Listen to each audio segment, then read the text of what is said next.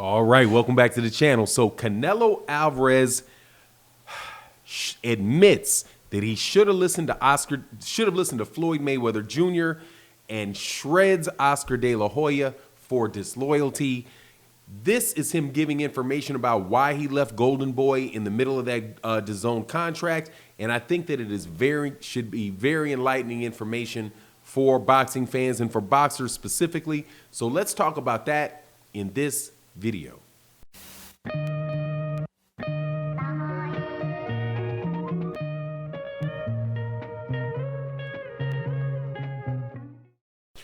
All right, welcome back to the channel. Canelo Alvarez is by many people considered to be the #1 pound-for-pound fighter in the world.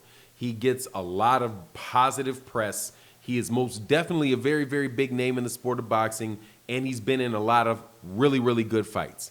In fact, during the beginning of his career, up until he fought Floyd Mayweather Jr. and maybe a couple fights after that, Canelo Alvarez was fighting tremendous level of competition. You know, he's a young fighter coming up as a champion, beat a lot of older fighters, past their prime, but still big names. Landy Lara, Shane Mosley, beat, a lot of guys. He beat Austin Trout, Gennady Golovkin. It's very, very solid career, man.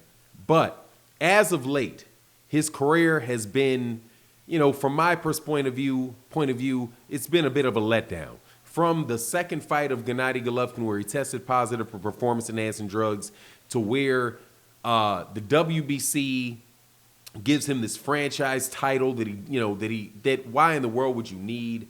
Because there's Jamal Charlo right there to have the fight, and he could have been undisputed champion at 160 pounds. After he beat Gennady Golovkin, all he had to do was fight Demetrius Andrade. Didn't fight Demetrius Andrade. Goes up to fight some guy named Rocky Fielding. Just, a bunch of decisions that many boxing fans are saying, come on, man. Come on. And so right now, he's in a situation where he has at least probably 2 more fights where that is the exact same, thing going to go on. After he beats Billy Joe Saunders, which I do believe, but people don't really care about the Billy Joe Saunders fight.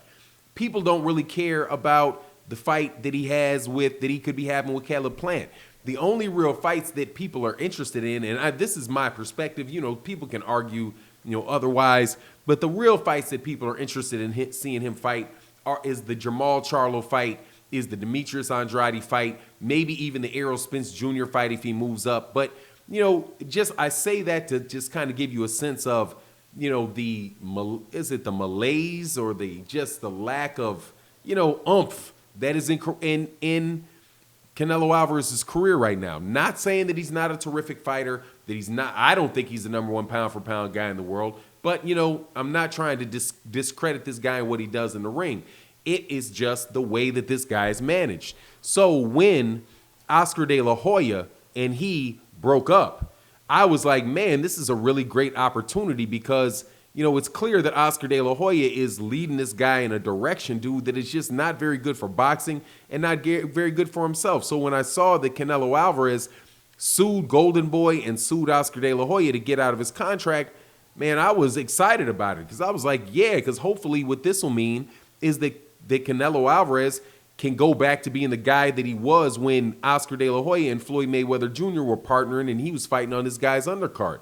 When he was fighting really, fights that you didn't know whether or not he was going to win.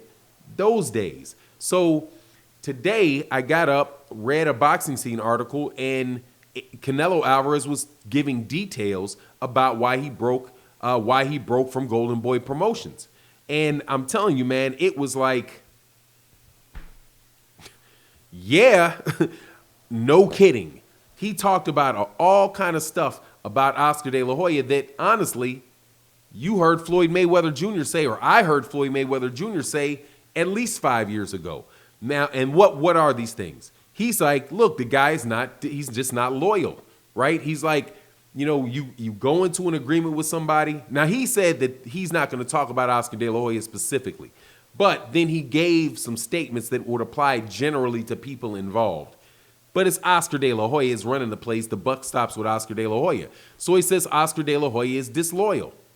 Well, that's obvious, but what could he have done that where Canelo Alvarez could consider him disloyal. Well, I read the case that he had against the guy, and it was skimming off the top. He had a contract. Oscar De La Hoya had a contract with Canelo Alvarez, and he had a contract with DAZN.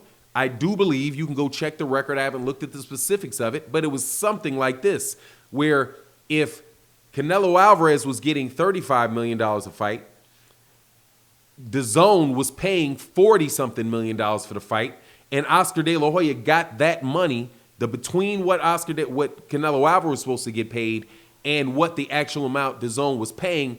Oscar De La Hoya got the difference to fund other fights. But if DAZN is signing a contract for Canelo that hinges on Canelo, why wouldn't Canelo just say, give me the $40 million? Why would you section off over $10 million? Why didn't you give me the 40 instead of the 30, at the 35 instead of the 45, whatever it was? But why are you siphoning off an extra $5 million to these other fighters, right? Off of a contract that's coming from me. That seems like that is being disloyal. And it also is something else that he mentioned, which was that people weren't necessarily, managing his money well. Now, I'm not sure exactly why Oscar De La Hoya would be managing his money, but maybe he's saying that he not only got rid of Oscar De La Hoya, but that he got rid of a lot of people associated with Oscar De La Hoya that had things to do with giving them their checks, right?